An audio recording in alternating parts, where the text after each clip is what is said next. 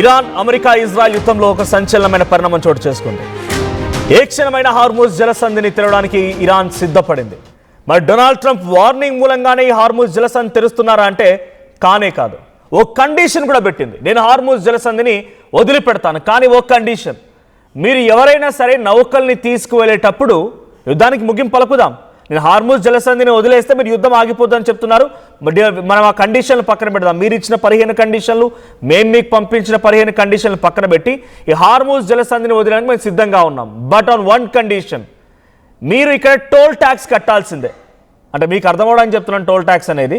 But Iran ఏం చెప్తుందంటే ప్రతి నౌక ఇక్కడి నుంచి వెళ్ళేటువంటి బల్క్ క్యారియర్ కానీ క్రూడ్ ఆయిల్ క్యారియర్సే కానీ ప్రతిదీ కూడా ఇరాన్కి డబ్బులు కట్టాల్సిందే, only to repair the damage of war.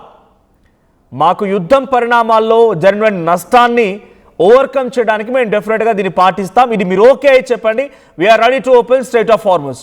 యుద్ధ పరిహారం ఇస్తేనే హార్మూజ్ జలసంధిని తిరిగి తెరుస్తామని చెప్పి ఇరాన్ ప్రకటిస్తోంది. హార్మూజ్ పైన అటు ఇరాన్కి డొనాల్డ్ ట్రంప్ 48 డెడ్ లైన్ విధించాడు. ఈ డెడ్ లైన్ రేపు సాయంత్రం కల్లా ముగియబోతుంది as per Indian timeline. మన భారతదేశపు కాలమానం ప్రకారంగా రేపు సాయంత్రం కల్లా అమెరికా అధ్యక్షుడు డొనాల్డ్ ట్రంప్ ఇరాన్కి విధించినటువంటి డెడ్ లైన్ ముగుస్తుంది. ఆ డెడ్ లైన్లో ఏముంది, 48 గంటల సమయం ఇస్తూ 48 గంటల్లో కనుక స్ట్రైట్ ఆఫ్ హార్మూజ్ని తెరవకపోతే నీకు నరకం అంటే ఏంటో చూపిస్తానని చెప్పి డొనాల్డ్ ట్రంప్ ఇరాన్కి వార్నింగ్ ఇచ్చారు. ఇన్ సచ్ ఏ థింగ్ ఒక బిగ్గెస్ట్ స్టేట్మెంట్ కూడా యూజ్ చేశారు ఆయన. ఏమన్నారు, మీరు కనుక ఓపెన్ చేయకపోతే బాస్టర్డ్ అనేటువంటి పదాన్ని కూడా ఉపయోగించారు. I'm sorry to announce this word, but ఆ పదాన్ని అక్కడ ఆయన ఉపయోగించారు. సో ఆ పదాన్ని ఉపయోగించి ఇరాన్ పైన రెచ్చిపోయారు. ఇదొకటే కాదు, I'm still warning you again, if you don't open straight of Hormuz I'm going to hit plants, power plants, bridges, civilian infrastructure అని చాలా క్లియర్గా మెన్షన్ చేశారు ఆయన. ఒకసారి ట్వీట్ కూడా మీకు చూపిస్తాను, ప్లీజ్ ట్వీట్ ప్లే చేయండి. ఎస్, ఇదే ఆ ట్వీట్, ఒకసారి స్క్రోల్ చేయండి. సో దాంట్లో డొనాల్డ్ ట్రంప్ ట్వీట్ చూడండి, కింద డొనాల్డ్ ట్రంప్ చేసిన ట్వీట్ మీకు కనబడుతోంది. సో డొనాల్డ్ ట్రంప్ ట్వీట్ కింద కనబడుతుంది. డొనాల్డ్ ట్రంప్ ట్వీట్కి ఒక మహిళ రియాక్ట్ అయ్యారు. బట్ బిఫోర్ ఐ కంటిన్యూ ఒకసారి డొనాల్డ్ ట్రంప్ ట్వీట్ చూపిస్తాను. Tuesday will be power plant day, అంటే రేపు సాయంత్రానికల్లా ఆయనకి ఇచ్చినటువంటి గడువు ముగుస్తోంది కాబట్టి, ఆయన చెప్పిన గడువు ముగుస్తోంది కాబట్టి Tuesday will be power plant day and bridge day, all wrapped up in one. In Iran there will be nothing like it. Open the straight, you crazy bastards. ఆయన ఉపయోగించే పదాలు చూడండి, ఎంత దుర్మార్గం. ఒక దేశానికి అధ్యక్షుడు ఆయన ఎటువంటి పదాలు ఉపయోగించారు చూడండి. ఒక ఇఫ్ పదం ఉపయోగించి స్ట్రైట్, యు క్రేజీ బాస్టర్డ్స్ అని ఉపయోగించి, oh you will be living in hell, ఒకవేళ అది కనుక తెరవకపోతే మీరు నరకంలో బతుకుతారు, నరకంలో ఉంటారని డొనాల్డ్ ట్రంప్ చేసిన ట్వీట్. నరకంలో బతుకుతారని చెప్పి డొనాల్డ్ ట్రంప్ ట్వీట్ చేశారు. సో ఆ తర్వాత just watch, praise be to Allah, ఒక సిద్ధంగా ఉండండి, మీ అల్లాని ప్రార్థించడానికి మీరు సిద్ధంగా ఉండండి అని చెప్పి ఒక ట్వీట్ చేశారు. ఆ ట్వీట్ చేసింది April 5th. ఆయన చెప్తున్న ప్రకారంగా రేపటితో ఈ డెడ్ లైన్ ముగుస్తుంది. On Tuesday he'll gone be hit power plant and bridges. So దానికి ఒక సమాధానంగా డొనాల్డ్ ట్రంప్ చేసిన ట్వీట్కి ఒక రికౌంటర్ ట్వీట్ ఎవరి వైపు నుంచి వచ్చిందంటే French human rights activist Agnes Callamard నుంచి. అంటే నాటో దేశాల్లో ఒక దేశమే కదా ఫ్రాన్స్, ఆ దేశాల్లో కూడా. సో ఇక్కడ ఒక ట్వీట్ ఏంటంటే, రన్నింగ్ అవుట్ ఆఫ్ లాంగ్వేజ్, నీ భాష శృతిమించుతోంది, to denounce and condemn. So నీ యొక్క భాష శృతిమించుతోందని చెప్తూనే మీరు చేసినటువంటి అటాక్ మూలంగా Iranian civilians will be the first to suffer from destruction of power plants and bridges. No heat, no electricity, no water, no capacity to move or to flee, and all that it means for their right to life, a revolting statement.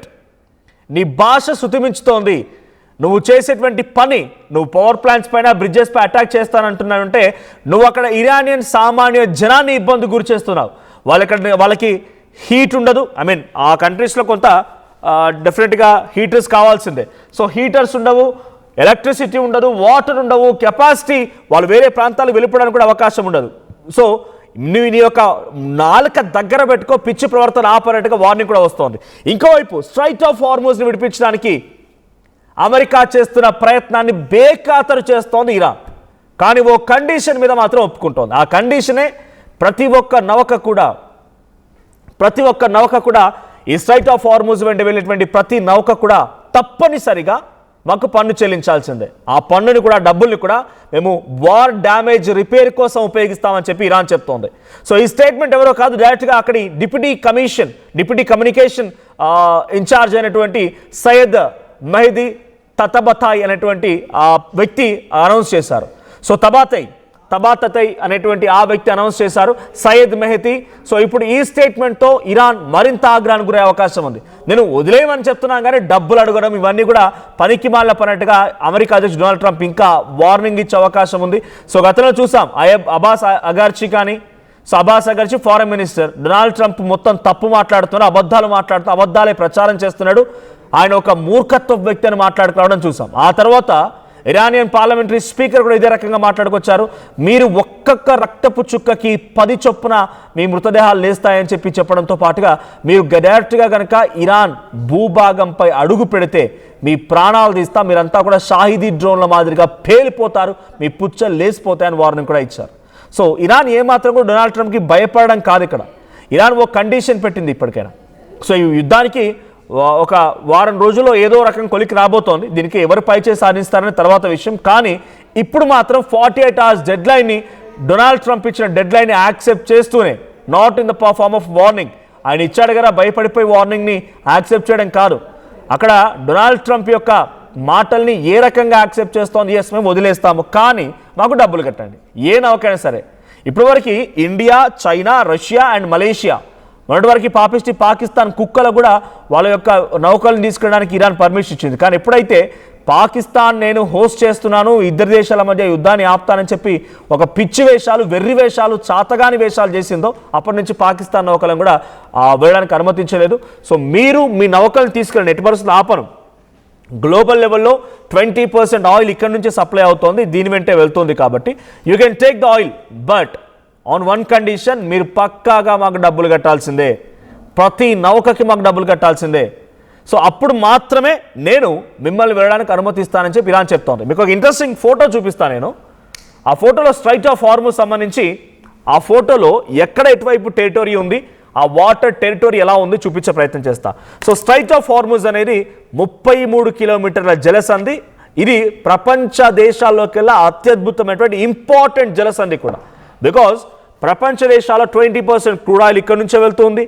దీంతో పాటుగా gas fields ఉన్నటువంటి ప్రాంతం కూడా Gulf కంట్రీసే కాబట్టి అవి కూడా ఇక్కడ నుంచే వెళ్తూ ఉంటాయి. సో ఒకసారి మీకు హోల్డ్ చేస్తాను, అది చూడండి, అది స్ట్రైట్ ఆఫ్ హార్మూజ్. సో ఇటువైపు ఉన్నది గమనించండి మీరు, అటువైపు అంతా కూడా ఇరానియన్ టెరిటరీయే. ఒకవైపు మొత్తం ఇరానియన్ టెరిటరీ ఉంటే ఇంకోవైపుగా యుఏఈ టెరిటరీ ఉంది, ఓమంది ఉంది, తర్వాత మారిటైమ్ బౌండరీ ఉంది, ఇవన్నీ ఉన్నాయి. సో గల్ఫ్ కంట్రీస్ అన్నీ కూడా ఒక వన్ సైడ్గా ఆర్గనైజ్ చేస్తూ ఉంటే అటు స్ట్రైట్ ఆఫ్ హార్మూజ్ కంప్లీట్గా ఇరాన్ కంట్రోల్లో ఉండడానికి ఇది బిగ్గెస్ట్ ఎగ్జాంపుల్. మీరు అనుకోవచ్చు, ఈ మధ్యకాలంలో మీరు ఒకవేళ మీ చేతిలో కనుక స్మార్ట్ ఫోన్ ఉంటే మారిటైమ్ ట్రాఫిక్ అని కొట్టండి, మారిటైమ్ ట్రాఫిక్ అని గూగుల్లో సెర్చ్ చేస్తే ఫస్ట్ వచ్చిన వెబ్సైట్ని ఓపెన్ చేయండి. అక్కడ క్లిక్ చేయగానే మీకు డైరెక్ట్గా స్ట్రైట్ ఆఫ్ హార్మూజ్ వరకు మీరు మ్యాప్లో సెర్చ్ చేయండి. అక్కడికి వెళ్తే మీరు ఆ టైమ్ లైన్ క్లిక్ చేస్తే వెళ్ళేటువంటి నౌకలు వెళ్తూ ఉన్నాయి. ఎలా వెళ్తున్నాయి? యుఏఈ టెరిటరీ నుంచి, ఓమన్ టెరిటరీ నుంచి, అటు వెళ్ళిన తర్వాత మారిటైమ్ బౌండరీ దగ్గర నుంచి ఈ వైపుగా, అంటే సముద్ర జలాల్లో వీళ్ళకి పర్మిషన్ ఉన్నటువంటి వైపుగా వెళ్తూ ఉన్నాయి. కానీ రావడానికి మాత్రం రాలేకపోతున్నాయి. బికాజ్ అది రావాలంటే తప్పకుండా ఇరాన్ సముద్ర వైపు నుంచే, వాళ్ళకున్నటువంటి షేర్ వైపు నుంచే రావాల్సిందే. సో ఇప్పుడే మనకున్నటువంటి బిగ్గెస్ట్ ట్విస్ట్ ఏంటంటే ఇక్కడ అది కూడా ఓపెన్ చేస్తాను, నేను ఆపను, మీరు యథేచ్ఛగా వెళ్ళండి. గతంలో మాదిరిగా మీరు వెళ్ళండి, బల్క్ క్యారియర్స్ని, తర్వాత క్రూడ్ ఆయిల్ క్యారియర్స్ని తీసుకొచ్చుకోండి, వెళ్ళండి, అంతా సవ్యంగా నడిపించుకోండి. నేను చెప్తోందల్లా ఒకే ఒక్క అడ్డు నేను చెప్తోంది, అది కేవలం మీరు నాకు డబ్బులు చెల్లించండి. నాపై యుద్ధం చేసి ఈ గల్ఫ్ కంట్రీలు కానీ, ఇజ్రాయెల్ కానీ, అమెరికా కానీ చాలా తీవ్రంగా నష్టపరిచాయి. ఎంత? కొన్ని లక్షల కోట్ల రూపాయల నష్టం. యాజ్ ఆఫ్ నౌ ఇప్పటివరకు ఈ వార్ జరిగేటువంటి క్రమం కల్లా ఇరాన్లో 3000 మందికి నష్టం వాటిల్లింది. సో ఆ 3000 మంది చనిపోయారు, ఓన్లీ సామాన్యులు మాత్రమే. ఇటు సైన్యం సంబంధించి చూస్తే కనుక ఆ సైన్యంలో కూడా సుమారుగా 6000 మంది మరణించారు. అంటే ఏ స్థాయిలో అక్కడ మరణాలు సంభవించారు అర్థం చేసుకోండి. సో ఆ స్థాయిలో మరణాలు సంభవించడం కాకుండా ఇన్ఫ్రాస్ట్రక్చర్, సివిలియన్ ఇన్ఫ్రాస్ట్రక్చర్ కూడా చాలా తీవ్రంగా నష్టపోయింది. సో నేను ఒక చిన్న రఫ్ ఇమేజ్ మాత్రం మీకు ఇచ్చే ప్రయత్నం చేస్తాను. సో రఫ్ ఇమేజ్ మాత్రం మీకు ప్రయత్నం చేస్తాను. రఫ్ ఇమేజ్లో సుమారుగా 1,15,000 కోట్ల రూపాయలు ఇన్ఫ్రాస్ట్రక్చర్ దెబ్బతినింది. కేవలం ఇన్ఫ్రాస్ట్రక్చర్ మాత్రమే 1,15,000 కోట్ల రూపాయలు. సో అటు $25 బిలియన్ అంట, $25 బిలియన్ $, 1,15,000 కోట్ల రూపాయల ఇన్ఫ్రాస్ట్రక్చర్, అటు సుమారుగా 8 లక్షల కోట్ల రూపాయల మిలిటరీకి సంబంధించినటువంటి వెపన్స్, మిలిటరీ స్థావరాలు. అంటే అటు ఇటుగా 1,30,000 కోట్ల రూపాయలు నష్టపోయింది. చిన్న విషయం ఏం కాదు కదా, 1,30,000 కోట్ల రూపాయలు నష్టపోయింది. ఇది కేవలం అక్కడ ఇన్ఫ్రాస్ట్రక్చర్, మిలిటరీ ఇన్ఫ్రాస్ట్రక్చరే. సో దీని కారణంగా అక్కడ ఫైనాన్షియల్ లాస్ ఎంత వచ్చింది, అక్కడ మరణాల సంఖ్య ఏ రకంగా ఉంది. సో ఈ వార్ జరుగుతున్న క్రమంలో అక్కడ జరిగినటువంటి పరిణామాలు ఎంత మేర దెబ్బతీశాయి, ఎంతమంది ఆరోగ్యం దెబ్బతీసింది, ఎంతమంది ప్రాణాలు పోయి. అలీ ఖమేనీ ప్రాణమే పోయింది కదా, అలీ ఖమేనీ ప్రాణమే పోయింది. సుమారుగా 1,30,000 కరెన్సీ, కోట్ల రూపాయల మన ఇండియన్ కరెన్సీ విలువ అవుతుందట అక్కడ జరిగిన నష్టం. 1,30,000 కోట్ల రూపాయలు విలువ చేసేటువంటి నష్టం వాటిల్లింది. సో ఇంకా చాలా భయంకరంగా అక్కడ దాడులు కొనసాగించే అవకాశం కూడా ఉంది. సో 12 లక్షల కోట్లట మొత్తం ఎకనామిక్ లాస్, ట్రేడ్ లాస్ ఇవన్నీ కలిపి. సో 1,30,000 కోట్ల రూపాయల నుంచి అంతటి స్థాయి 12 లక్షల కోట్ల వరకు, ఇంతటి స్థాయిలో నష్టం వాటి 12 లక్షల కోట్లు అంటే అర్థం చేసుకోండి. వాళ్ళ ట్రేడ్, వాళ్ళ ఎకనామిక్ లాస్ అన్నీ కలిపితే 12 లక్షల కోట్లు. అంటే మన తెలుగు రాష్ట్రాల ఒక 5 సంవత్సరాల బడ్జెట్ కలిపితే 12 లక్షల కోట్లు. ఒక ఏడాదికి 3 లక్షల చొప్పున వేసుకున్నా కూడా వాళ్ళకి కావాల్సింది 12 లక్షల కోట్లు అంటే 5 సంవత్సరాల బడ్జెట్. ఇంత తీవ్రస్థాయి నష్టపోయింది. మరి 12 లక్షల కోట్ల రూపాయలని ఎలా రిట్రైవ్ చేయగలుగుతామనంటే కేవలం స్ట్రైట్ ఆఫ్ హార్ముజ్ని ఒక టోల్ ట్యాక్స్ లాగా వాడుతూ గల్ఫ్ కంట్రీస్ నుంచి వెళ్ళేటువంటి ప్రతి నౌక మాకు టోల్ కట్టాల్సిందే, అప్పుడే మేము వదిలేస్తాం. కానీ డొనాల్డ్ ట్రంప్ మాత్రం 48 అవర్స్ టైం ఇచ్చా మీకు నేను, ఆ 48 అవర్స్లో కనుక మీరు స్ట్రైట్ ఆఫ్ హార్ముజ్ని విడిపించకపోతే, వదిలేయకపోతే మీ పవర్ ప్లాంట్లను కూల్చేస్తా, మీ బ్రిడ్జెస్ని కూల్చేస్తా, మీకు ఒక నరకాన్ని చూపిస్తా అని చెప్పి డొనాల్డ్ ట్రంప్ చెప్తున్నాడు. సో ఇవన్నీ అర్థం డైరెక్ట్గా సివిలియన్స్పై దాడి చేయడమే. డైరెక్ట్గా అలీ ఖమేనీని హతమార్చిన రోజు ఇంతటి స్థాయిలో ఇరానియన్ ప్రజల నుంచి రిటిలియేషన్ రాలేదు. బికాస్ వాళ్ళు కూడా రెజ్యూమే చేంజ్ కోరుకున్నారు, ఆయన కూడా వయసు అయిపోయింది. So what are the fact it is అంత స్థాయిలో రియాక్ట్ కాలేదు. కానీ ఎప్పుడైతే ఇన్ఫ్రాస్ట్రక్చర్పై అటాక్ జరిగిందో, ఇన్ఫ్రాస్ట్రక్చర్ నథింగ్ బట్ అక్కడ సంబంధించినటువంటి దేశ ప్రజల ఆస్తులే కదా, అవి కుప్పకూలిపోయినప్పుడు డెఫినెట్గా ఒక దేశం అనేది పూర్తిగా లాస్లోకి నెట్టివేయబడుతుంది. పావర్టీ, బిలో పావర్టీ వరకు నెట్టివేయబడుతుంది. ఆహారానికి కూడా కొరత వచ్చింది. ఇరాన్లో ఆహారానికి, తినే తిండికి కూడా కొరత వచ్చింది. 12 లక్షల కోట్ల రూపాయల నష్టం అంటే ఏ స్థాయిలో ఇజ్రాయెల్, అమెరికాలు కలిసి ఇరాన్ని చిత్తు చేసే అర్థమవుతోంది. సో ఇప్పుడు ఒకే ఒక ఆప్షన్ ఇరాన్ దగ్గర ఉంది. అక్కడ వాళ్ళు స్ట్రైట్ ఆఫ్ హార్ముజ్ వదిలిపెట్టడానికి సిద్ధంగా ఉన్నారు. కానీ డబ్బులు మాత్రం కట్టాల్సిందే. ఇండియాకి పర్మిషన్ ఉంది, చైనాకి, రష్యాకి, మలేషియాకి పర్మిషన్ ఉంది. వీళ్ళ దగ్గర నుంచి బహుశా ఇప్పుడు అమౌంట్ కలెక్ట్ చేసే ప్రయత్నం చేయదు. కానీ అక్కడ నుంచి వచ్చేటువంటి యూరోపియన్ నేషన్స్కి కానీ, అమెరికన్ నేషన్స్కి కానీ, ఇంకేదైనా ఇతరత్ర దేశాలకు వెళ్ళేటువంటి ప్రతి నౌక కూడా తప్పనిసరిగా డబ్బులు కట్టాల్సిందే, అప్పుడు మాత్రమే అనుమతిస్తారట. దీనిపైన ఇటు ట్రంప్ ఇలా రియాక్ట్ అవుతారు. ట్రంప్ పెట్టిన 48 అవర్స్ గడువు రేపు సాయంత్రంతో ముగియబోతున్న నేపథ్యంలో ఈరోజు మళ్ళీ డొనాల్డ్ ట్రంప్ ఎటువంటి అటాక్కి తెరలేకపోతున్నాడు చూడాలి. ఇంకోవైపు డొనాల్డ్ ట్రంప్ ఈ రకమైన స్టేట్మెంట్ పాస్ చేస్తూ ఉంటే అటు ఇరాన్ వైపు నుంచి కూడా రియాక్షన్ వస్తుంది. ఇరాన్ వైపు నుంచి వాళ్ళు చెప్తున్న మాట ఏంటంటే ఎట్టి పరిస్థితుల్లో వదిలే ప్రసక్తే లేదు అని ఇరాన్ చెప్తోంది.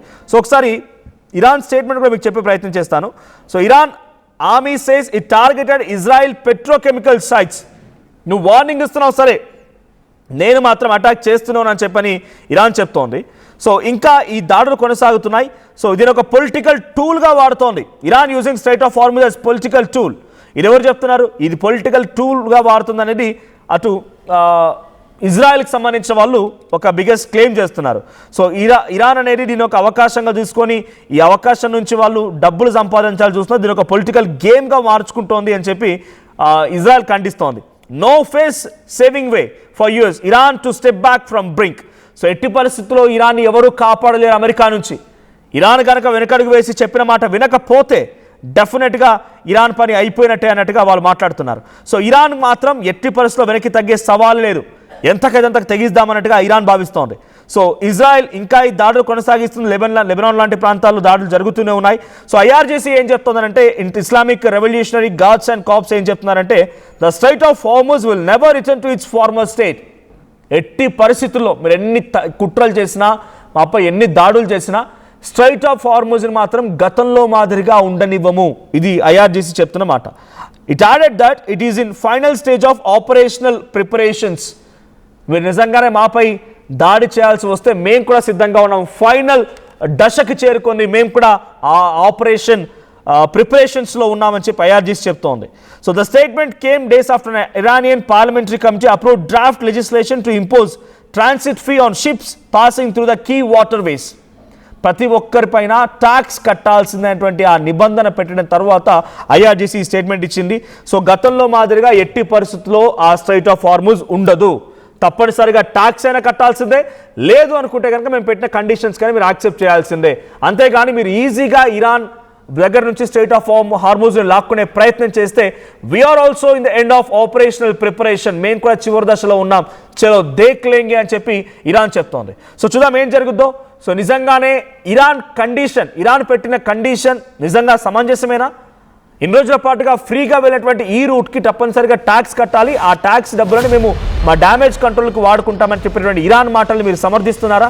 లేదు డొనాల్డ్ ట్రంప్ వైపుగా నిలబడి డొనాల్డ్ ట్రంప్ నిజంగానే అటాక్ చేయాలని కోరుకుంటున్నారా? మీ సపోర్ట్ ఎవరికి? మీరేం ఫీల్ అవుతున్నారో కామెంట్ చేయండి.